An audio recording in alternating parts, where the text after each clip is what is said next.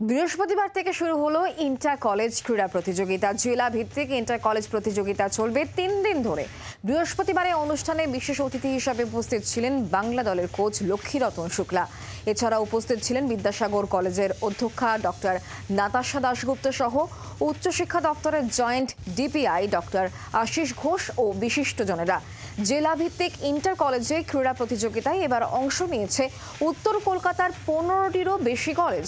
ক্রীড়া প্রতিযোগিতার তত্ত্বাবধানের দায়িত্বে উচ্চশিক্ষা দপ্তর ও বিদ্যাসাগর কলেজ।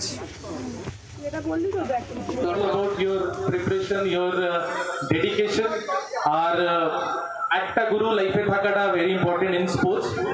স্টাডিতে আপনার অনেকটা গুরু থাকে, বিকজ সাবজেক্ট আলাদা থাকে, কিন্তু স্পোর্টসে একটাই সাবজেক্ট থাকে, কিভাবে গোল করবো আর কিভাবে পাস কাটাবো, বা ক্রিকেট বা ভলিবল বা রানার কে কত ভালো দৌড়তে পারবে। আমি অনেক থ্যাংক ইউ জানাতে চাই ম্যামদেরকে, স্যারদেরকে, নাতাশা ম্যামকে এখানে আমাকে ইনভাইট করার জন্য। আর feel very honored to part of this great event, and thank you so much. খুব ভালো থাকবেন আর স্পোর্টসকে এগিয়ে নিয়ে যাবেন। ধন্যবাদ।